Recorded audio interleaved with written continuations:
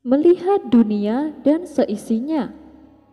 Sore itu Abu Nawas tampak kebingungan. Pasalnya ia kembali kehilangan keledainya. Dasar keledai sialan, bikin repot saja.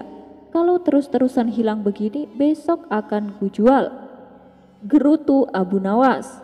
Kemudian ia pun berkeliling kampung untuk mencari keledainya yang kabur itu. Namun setelah ia berjalan ke sana kemari, keledainya masih belum juga ditemukan. Karena sudah merasa lelah, ia memutuskan untuk beristirahat sebentar di depan rumah salah satu warga.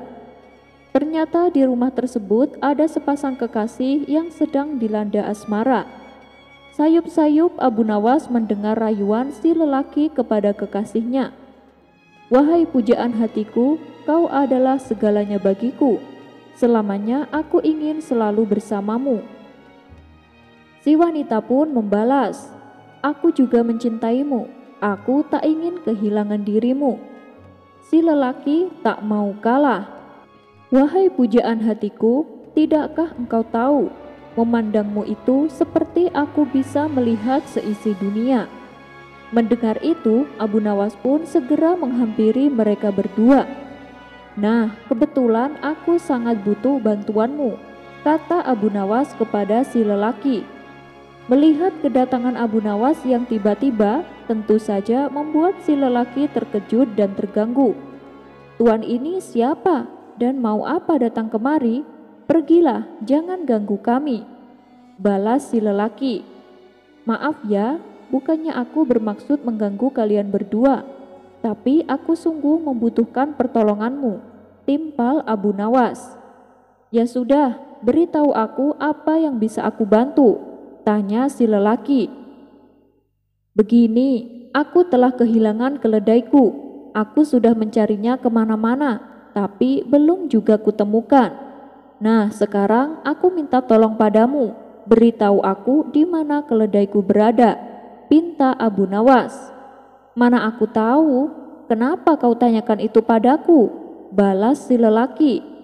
"Loh, tadi kamu bilang pada kekasihmu, katanya dengan memandangnya kamu bisa melihat dunia dan seisinya.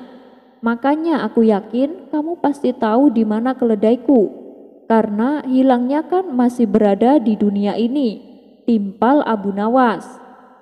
Si pemuda menjadi emosi dengan perkataan Abu Nawas ini.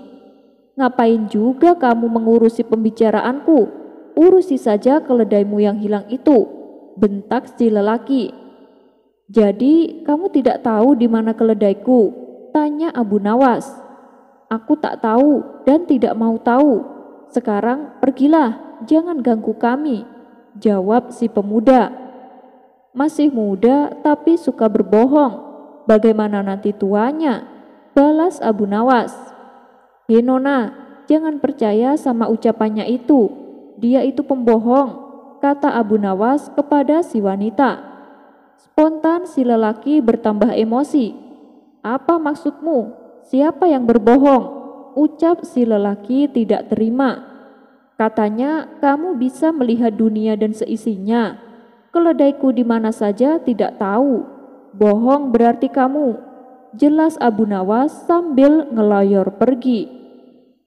Kisah selanjutnya. Dahulu di zaman Rasulullah, di suatu desa yang jauh dari kota Madinah, ada seorang pemuda gembala menjumpai serigala yang bisa bicara layaknya manusia. Kisah ini berawal saat si gembala sedang menggembalakan ratusan domba di sebuah padang rumput yang luas. Domba-domba tersebut bukanlah miliknya, melainkan kepunyaan sang majikan yang diamanatkan kepadanya. Karena cuacanya yang cukup panas, si gembala berniat duduk istirahat sambil mengamati domba ternak gembalaannya. Tanpa ia sadari, ternyata ada seekor serigala yang sedari tadi mengintai domba-domba tersebut. Ketika salah satu domba terpisah dari rombongan, sang serigala langsung menerkamnya. Ia pun berlari membawa kabur domba buruannya. Namun karena domba yang diterkamnya besar dan gemuk, membuat sang serigala agak kerepotan hingga akhirnya aksinya ini ketahuan oleh si pemuda gembala. Si pemuda gembala segera mengejar serigala tadi dan menakut-nakutinya dengan ayunan tongkat. Si gembala juga menarik paksa domba yang ada dalam terkaman sang serigala. Di saat itulah tiba-tiba keajaiban terjadi. Sang serigala tiba-tiba berkata kepada gembala layaknya manusia, "Mengapa kau begitu zalim? Allah telah menetapkan domba itu sebagai rizkiku untuk hari ini. Tapi mengapa engkau merebutnya dariku?" Betapa terkejutnya si gembala ketika mendengar serigala itu bertutur kata kepadanya, "Kamu bisa bicara?" Kata si gembala merasa takjub. "Mengapa engkau melihatku terheran-heran? Harusnya engkau tahu ada yang lebih mengherankan daripada seekor serigala yang bisa berbicara," ujar sang serigala. "Apa itu?" tanya si gembala penasaran. "Di Madinah ada seorang nabi dan rasul yang Allah utus untuk sekalian alam. Namun banyak orang yang justru membangkang dan enggan beriman kepadanya. Nama nabi itu adalah Muhammad Shallallahu Alaihi Wasallam," tutur sang serigala. Keesokan harinya, gembala itu bertekad pergi ke Madinah untuk menjumpai langsung sosok Muhammad yang diceritakan serigala tadi. Perjalanan yang panjang dan memakan waktu lama tak menyurutkan niatnya untuk berjumpa dengan Muhammad. Meskipun panasnya sinar matahari sangat menyengat, ia tetap semangat menempuh perjalanan. Akhirnya sampailah ia di Madinah. Sesudah bertanya kepada sejumlah warga, gembala ini tiba di depan Masjid Nabawi. Singkat cerita, pemuda gembala berkesempatan bertemu Rasulullah. Kepada beliau dia pun menuturkan kisahnya hingga sampai di Madinah. Rasulullah membenarkan kisah gembala tersebut. Artinya beliau tidak heran ada seekor binatang yang terang-terangan menunjukkan imannya kepada Allah dan Rasul-Nya. Lebih lanjut, hal itu ternyata menjadi tanda kian dekatnya hari akhir. Kemudian Rasulullah bersabda kepada pemuda gembala, "Yang demikian itu adalah satu tanda kiamat."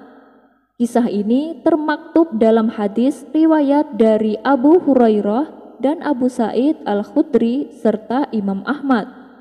Pakar tafsir yang bernama Imam Ibnu Katsir menilai kalau hadis ini sanadnya sahih. Wallahu a'lam bishawab. Kisah selanjutnya. Ada sebuah kisah menarik dari Sultan Murad keempat, Sultan Kekaisaran Ottoman yang berkuasa pada tahun 1623 sampai 1640. Ia memang dikenal sering menyamar dan kemudian berbaur di tengah-tengah rakyat untuk melihat secara langsung kehidupan negerinya. Hingga pada suatu malam, ia dan pembantunya pergi jauh dari istana. Sang sultan mengenakan baju biasa sehingga tak ada seorang pun yang mengenalnya. Saat tengah berjalan, sultan menemukan seorang pria tergeletak di tanah. Kemudian sang sultan memegangi lelaki itu, tapi ternyata dia sudah mati. Pada saat itu, tak ada orang yang peduli dengan kondisi mayat. Orang-orang di sekitarnya tampak sibuk dengan dirinya sendiri. Akhirnya, sultan berseru karena suaranya yang keras. Semua orang melirik dan memperhatikannya. Tapi tidak ada yang mengenali bahwa yang berseru adalah sang sultan. Mengapa orang ini tergeletak mati di tanah? Dan mengapa tidak ada yang peduli? Di mana keluarganya? Tanya sang sultan dengan suara lantang. Untuk apa? Dia itu pemabuk dan pezina, jawab mereka acuh. Tapi bukankah ia juga umat Muhammad? Ayo bantu aku membawanya ke rumah, pinta sang sultan. Akhirnya dengan terpaksa para warga ikut membantunya. Setelah diantar sampai di rumah, orang-orang segera meninggalkannya. Namun sultan dan para pembantunya tetap tinggal di rumah si mayat. Ketika sang istri melihat suaminya sudah meninggal, dia pun mulai menangis. Lalu sang istri berkata kepada suaminya yang sudah menjadi mayat, "Aku bersaksi bahwa engkau adalah lelaki yang soleh." Mendengar hal itu, sultan pun menjadi bingung. Bagaimana Anda bisa mengatakan bahwa suami Anda ini orang soleh? Padahal orang-orang mengatakan bahwa suami Anda adalah pemabuk dan pezina. Begitu banyak orang yang mengatakan soal buruk tentang suami Anda, sehingga tidak ada yang peduli, bahkan ketika dia meninggal pun mereka membiarkannya tergeletak di jalanan. Tutur sang sultan. Memang suamiku setiap malam pergi ke kedai membeli minuman keras. Bukan hanya 1 botol, tapi dia membelinya banyak sekali. Kemudian minuman yang dibelinya dia bawa pulang dan ditumpahkannya ke tanah, tanpa dia minum sedikit pun. Lalu suamiku berkata kepadaku, "Malam ini aku menyelamatkan umat Islam dari perbuatan mabuk-mabukan." Selanjutnya, suamiku pergi ke tempat pelacuran. Ia memberi si pelacur sejumlah uang dan menyuruhnya menutup pintu sampai pagi. Dia kemudian kembali ke rumah untuk kedua kalinya dan berkata, "Malam ini aku menjaga umat Islam dari perbuatan zina." Akibat perbuatannya ini, para warga menganggap bahwa suamiku tukang mabuk dan tukang zina. Hingga pada suatu hari aku berkata kepadanya, "Wahai suamiku, engkau dianggap buruk oleh orang-orang. Kalau kau mati, saya khawatir tidak akan ada satu orang pun yang mau memandikanmu. Tidak akan ada yang mau mensolatkanmu, dan tidak akan ada yang mau menguburkanmu." Tapi suamiku malah tertawa dan menjawab, "Jangan takut, Tuan Sultan bersama dengan orang-orang soleh akan mensolatkan jenazahku."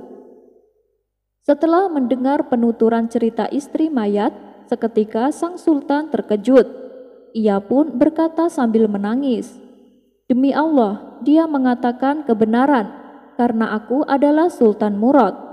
Besok kita akan memandikannya, mensolatkannya, dan menguburkannya." Keesokan harinya, sang sultan mengundang semua para ulama untuk bersama-sama memandikan dan mensolati jenazah si mayit. Kisah pertemuan Imam Hambali dan penjual roti yang melanggengkan istighfar. Imam Ahmad bin Hambal, murid dari Imam Syafi'i atau dikenal juga sebagai Imam Hambali. Di masa akhir hidup beliau bercerita bahwa secara tiba-tiba, tanpa sebab, tanpa alasan, beliau ingin pergi ke kota Basrah, sebuah kota di Irak. Padahal tidak ada janji sama orang dan tidak ada hajat. Akhirnya, Imam Ahmad pun pergi sendiri menuju ke kota Basrah. Saat beliau tiba di sana, tepat waktu sholat Isya, ia pun ikut sholat berjamaah Isya di masjid. Hatinya merasa tenang. Begitu selesai sholat dan jamaah sudah bubar, Imam Ahmad ingin istirahat tidur di masjid. Tapi tiba-tiba marbot masjid datang menemui Imam Ahmad sambil menanyakan mau ngapain tidur di masjid.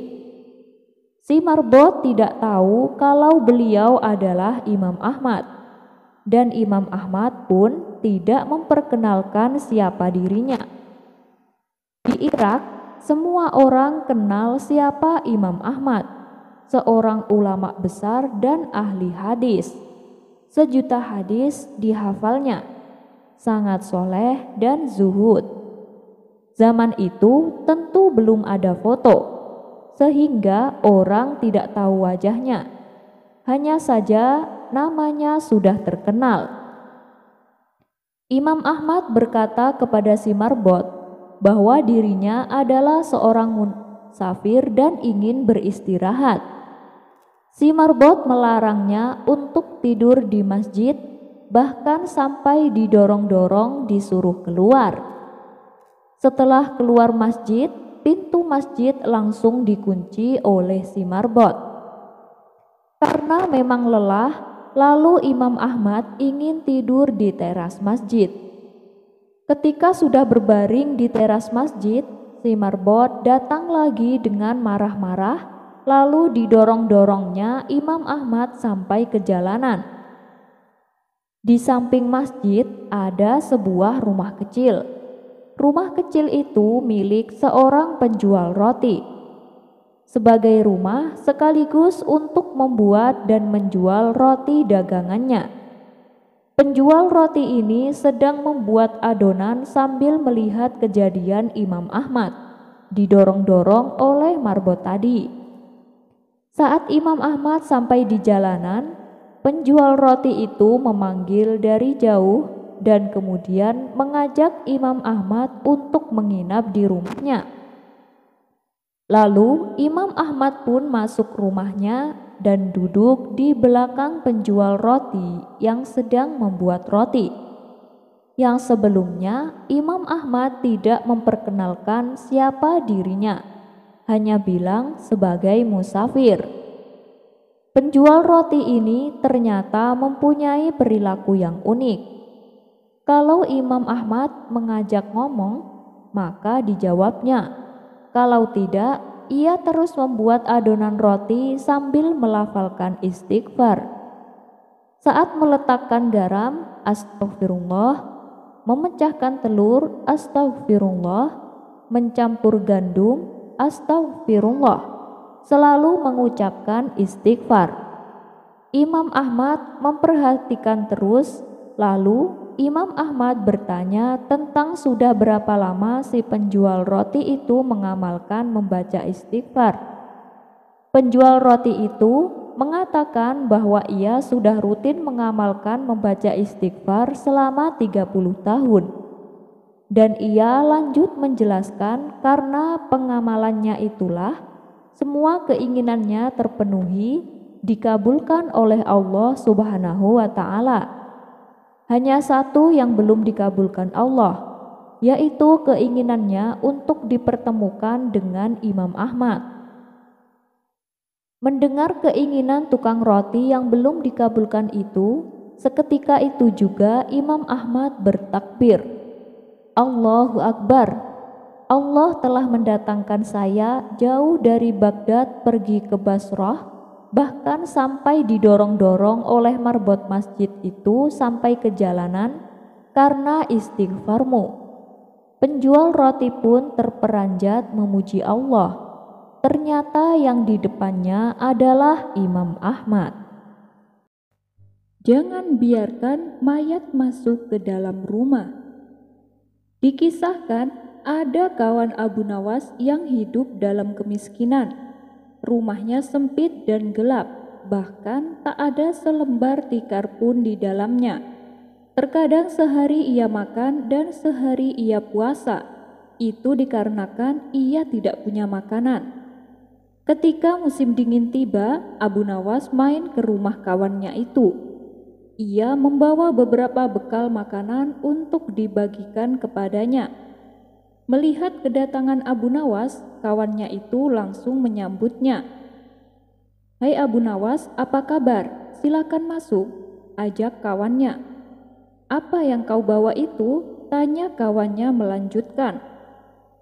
"Oh, ini aku bawa beberapa potong roti untukmu," jawab Abu Nawas. "Terima kasih Abu Nawas.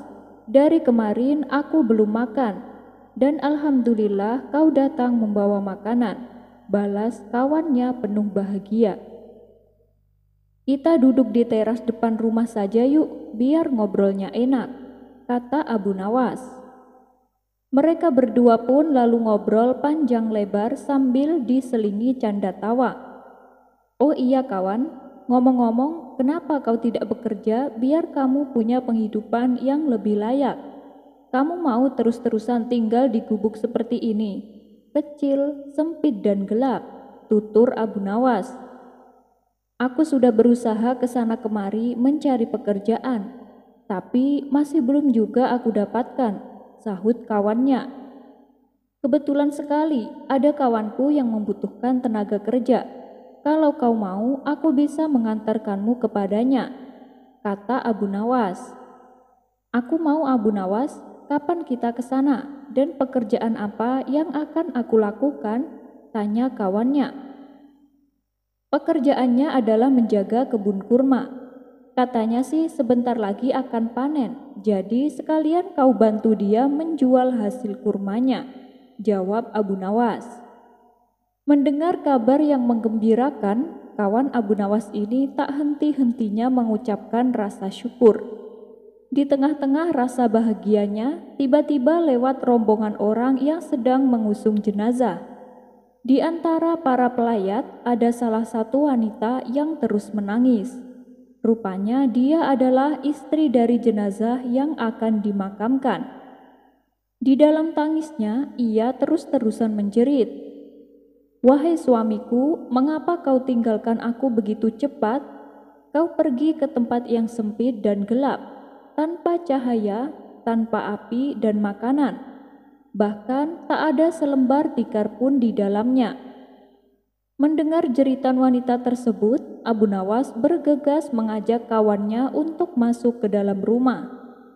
"Cepat kunci pintu dan jendelanya," perintah Abu Nawas. Dengan penuh keheranan, kawannya itu menuruti perkataan Abu Nawas.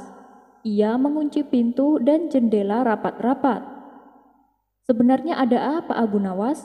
Kau jangan membuatku takut," tanya kawannya. "Apa kau tak mendengarnya? Wanita itu sedang membicarakan rumahmu yang sempit dan gelap. Mereka hendak membawa orang mati ke dalam rumahmu. Makanya aku menyuruhmu untuk mengunci pintu dan jendela. Jangan sampai membiarkan mereka masuk," jelas Abu Nawas. Tapi Abu Nawas, yang dimaksud wanita itu adalah liang kubur, bukan rumahku, timpal kawannya. "Oh begitu ya, aku kira rumahmu. Soalnya apa yang dikatakan wanita tersebut ciri-cirinya sama persis seperti rumahmu," celetuk Abu Nawas sambil tertawa. "Sialan kau Abu Nawas, aku kira kau sungguhan, ternyata hanya ingin mengerjaiku," gerutu kawannya. Kisah selanjutnya. Ada-ada saja akal Abu Nawas untuk membuat Baginda Raja tak berkutik manakala dirinya tak sanggup menjalankan tugasnya. Seperti pada kisah berikut ini. Diceritakan, suatu hari Baginda Raja memerintahkan Abu Nawas untuk membelikannya seekor sapi yang gemuk. "Sekarang pergilah ke pasar dan segera bawakan ke hadapanku seekor sapi yang besar dan gemuk," titah Baginda Raja. Tugasnya memang sederhana, tapi yang membuat Abu Nawas bingung, Baginda Raja sama sekali tak memberinya uang. Padahal untuk membeli sapi yang diinginkan tentulah sangat mahal. Harganya yaitu sekitar 100 dinar. Sedangkan Abu Nawas sendiri tak memiliki uang sebanyak itu. Dalam hati ia pun berkata, "Paduka Raja pasti sengaja ingin mengerjaiku," pikir Abu Nawas. Tapi namanya saja Abu Nawas, ia tak pernah kehilangan akal cerdiknya. Setelah lama berpikir, Abu Nawas akhirnya mendapatkan sebuah ide yang cemerlang. Ia pun segera berangkat pergi ke pasar. Sesampainya di sana, ia mendapati seorang penjual sapi sedang tertidur pulas di samping sapi miliknya. Abu Nawas kemudian membangunkannya dengan tangan meraba-raba. Si penjual sapi bangun dari tidurnya. Ternyata ia adalah seorang yang buta matanya. Melihat hal itu, Abu Nawas langsung memanfaatkannya. "Hai kawan, apakah kau tahu bahwa sapi yang kamu jual ini adalah sapi ajaib? Sapi ini bisa berbicara tapi hanya kepada orang-orang yang jujur." Mendengar perkataan Abu Nawas, si penjual sapi tak langsung percaya begitu saja. Tetapi Abu Nawas meyakinkannya bahwa yang dikatakannya adalah benar. Karena penasaran, penjual sapi tersebut bertanya kepada sapi miliknya, "Apakah benar kamu bisa berbicara?" Abu Nawas yang berpura-pura menjadi sapi menjawab, "Iya, saya bisa berbicara, tapi hanya kepada orang-orang yang jujur." Mendengar suara sapi, penjual itu terkejut dan bertanya, apakah ini benar suara sapi atau itu suaramu Abu Nawas? Abu Nawas menjawab, saya tidak bisa berbohong, itu adalah suara sapimu. Itu berarti menandakan kamu adalah orang yang jujur. Mendapat sanjungan dari Abu Nawas, ia pun tersenyum dan mulai mempercayainya. Jika kamu benar-benar bisa berbicara, beritahu saya, apakah harga yang pantas untukmu? Tanya si penjual kepada sapi miliknya.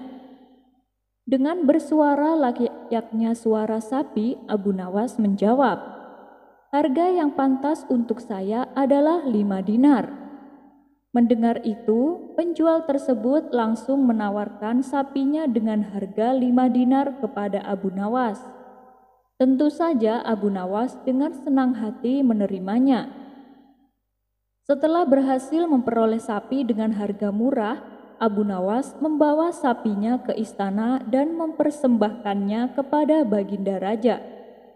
Hei Abu Nawas, bagaimana kau bisa membeli sapi itu? Ini kan harganya mahal. Jangan-jangan kamu pinjam uang sama kawanmu? Tanya Baginda Raja. Tidak Paduka, saya membelinya pakai uang saya sendiri. Jawab Abu Nawas. Lalu dari mana kau dapatkan uang sebanyak itu? Tanya Baginda Raja penasaran. Saya membelinya dengan harga 5 dinar Paduka. Jawab Abu Nawas. Spontan Baginda Raja terkejut. Bagaimana bisa kau mendapatkan sapi yang begitu besar hanya dengan harga 5 dinar? Tanya Baginda Raja. Kemudian Abu Nawas menceritakan bagaimana caranya dia bisa membeli sapi dengan harga yang sangat murah. Seketika Baginda Raja tertawa terpingkal-pingkal mendengar cerita Abu Nawas tersebut. Baiklah Abu Nawas, ini uang 200 dinar untukmu sebagai hadiah karena berhasil mendapatkan sapi yang besar, kata Baginda Raja. Setelah Abu Nawas menerima uangnya, ia segera kembali menemui penjual sapi yang buta itu. Kawan, ini 100 dinar untuk bayar sapimu, kata Abu Nawas. Tapi bukankah tadi kamu sudah membayarnya? Balas si penjual sapi. Sudah, terima saja dan banyak. Kawan Afrika yang teraniaya. Kalau sudah berurusan dengan Abu Nawas, pasti akan menjadi kapok. Apalagi bila orang tersebut merupakan orang jahat dan licik. Dan begitulah yang dialami seorang penjual parfum ketika berhadapan dengan Abu Nawas. Kisah ini berawal ketika Abu Nawas tengah berjalan-jalan berkeliling kampung. Tanpa sengaja, ia mendapati orang asing sedang duduk sambil menangis dengan menundukkan kepalanya. Karena kasihan, Abu Nawas pun menghampirinya, memberi salam dan bertanya kepadanya, "Siapa kamu dan kenapa kamu menangis?" Orang asing tersebut pun menjawab, "Namaku Hasan Tuan, aku pendatang dari Afrika. Jadi ketika aku baru tiba di kota ini, aku memutuskan menumpang nginap beberapa hari di sebuah toko parfum. Lalu pada suatu hari, saat aku akan pergi sebentar untuk menyelesaikan urusanku, aku menitipkan kantong yang berisi uang dan permata kepada pemilik toko parfum itu. Namun Tuan, ketika aku kembali dan meminta barang titipanku, ia malah mencercaku dan mengatakan bahwa aku telah gila." Mendengar penuturan Hasan, Abu Nawas pun bertambah iba. "Oh begitu, jangan khawatir, aku akan menolongmu. Aku akan mengembalikan uang dan permatamu dengan mudah," ucap Abu Nawas. "Wah, benarkah Tuan? Terima kasih Tuan karena telah bersedia menolongku," balas Hasan. Kemudian Abu Nawas bertanya, "Siapa pemilik toko parfum yang dimaksud?" "Namanya Abu Jahil Tuan," jawab Hasan.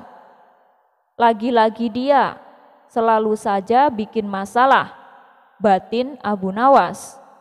Baiklah, aku punya sebuah rencana, tapi aku minta kerjasamamu. Besok aku akan mendatangi toko parfum milik Abu Jahil. Dan saat aku sudah di sana, kamu segera datang untuk minta dikembalikan seluruh uang dan permatamu.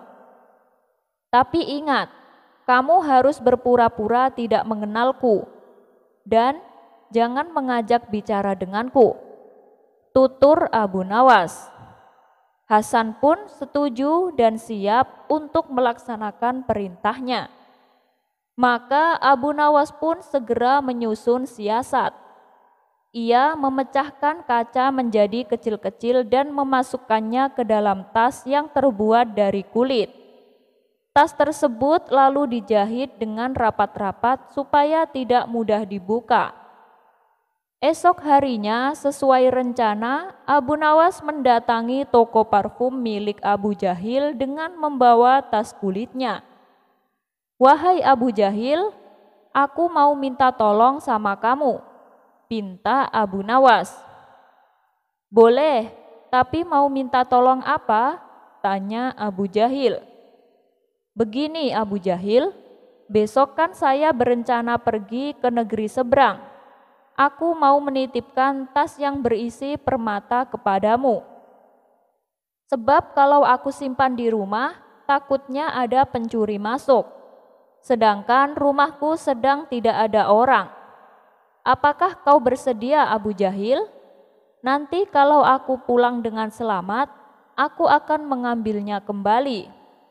Tapi kalau dalam waktu seminggu aku tidak pulang, ya silahkan kau jual semua permata milikku, dan hasil penjualannya gunakan untuk membangun masjid," kata Abu Nawas menjelaskan. Mendengar hal itu, Abu Jahil pun tertarik dan timbul niat jahat di hatinya. Bukankah negeri yang akan didatangi Abu Nawas sedang terjadi peperangan? Ia tak akan mungkin bisa selamat, dan semua permatanya akan menjadi milikku, pikir Abu Jahil. "Oh, tentu Abu Nawas, aku kan sahabatmu. Kau boleh minta tolong apa saja. Sekarang apa kau bawa permata-permata itu?" tanya Abu Jahil. "Iya, aku bawa dalam tas ini," jawab Abu Nawas. Dan saat Abu Nawas hendak menyerahkan tasnya, datanglah Hasan ke toko Abu Jahil. "Tuan Abu Jahil, kembalikan titipan saya," pinta Hasan. Abu Jahil sempat terkejut melihat kedatangan Hasan yang tiba-tiba. Kurang ajar, dia datang saat Abu Nawas akan menitipkan permata, gerutu Abu Jahil dalam hati. Apabila Abu Jahil tidak mengembalikannya, ia takut Abu Nawas tidak akan percaya kepadanya dan tidak jadi menitipkan permata-permatanya.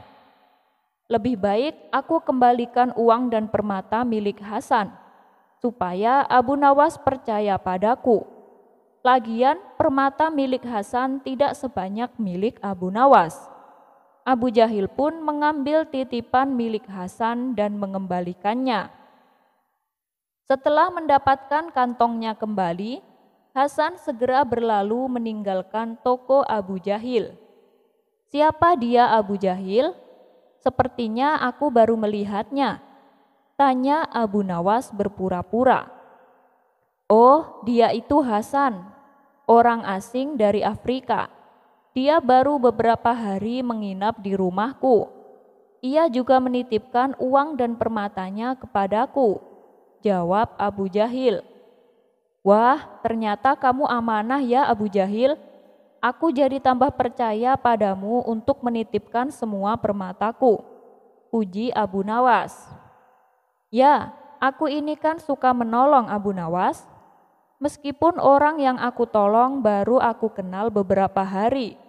Apalagi sama kamu Abu Nawas, aku kan sudah lama mengenalmu.